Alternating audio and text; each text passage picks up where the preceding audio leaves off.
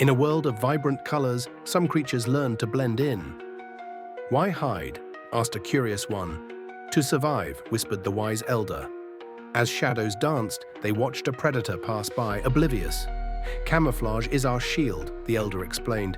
"It's our art of invisibility." The young ones practiced, turning into leaves, rocks, and shadows. "It's not just hiding," said the elder, "it's thriving in disguise." As the sun set, they realized their strength lay in their unseen presence. Embrace your uniqueness and let it be your strength. Hit the like button, subscribe, and leave a comment to support us.